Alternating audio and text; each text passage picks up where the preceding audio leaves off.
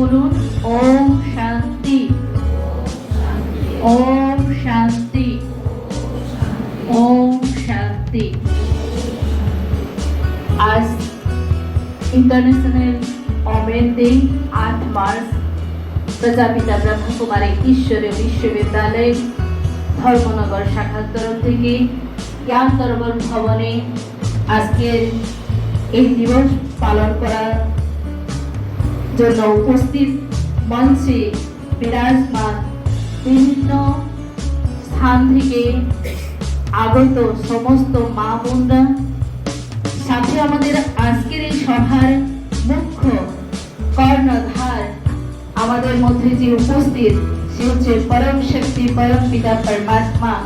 যে সভার সমস্ত দিক গ্রাম করার জন্য উনি এই সুন্দর সভাগৃহ আমাদের নির্মাণ করে দিয়েছে। আর আজকের সেই দেবী শক্তি স্বরূপার যিনি মূল আধার পরম শক্তি পরমাত্মা, সে বাবাকে সুস্বাগতম জানাই। সবার মধ্যে অনেক অনেক ধন্যবাদ জানাই আজকে এই শুভ কার্যক্রম আমরা সূচনা করার জন্য। ধর্মনগরের সমস্ত জনগণের জন্য, সে হচ্ছে ত্রিপুরা তথা বাংলাদেশ শাখা, সাথে উত্তর পূর্বাঞ্চলের 7 সিস্টারের যে মুখ্য কর্ণধার আমাদের পরম আদরণীয় রাজযোগী মহান তপস্বী, যিনি কি অল্প বয়সের মধ্যে ঈশ্বরের সেবাতে নিজের জীবন উৎসর্গ করেছে।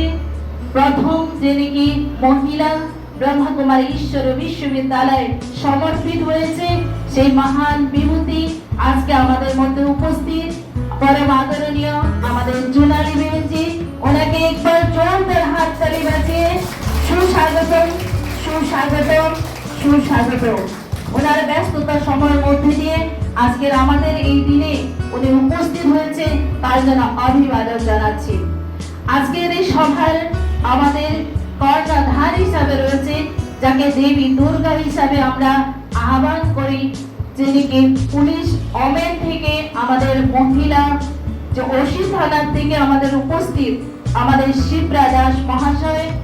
সত্যিকারই দুর্গার হাতে ত্রিশূল আমরা দেখি, কিন্তু আজকে এই মহান বিভূতিও আমাদের আজকে সবার মধ্যে ব্যস্ত।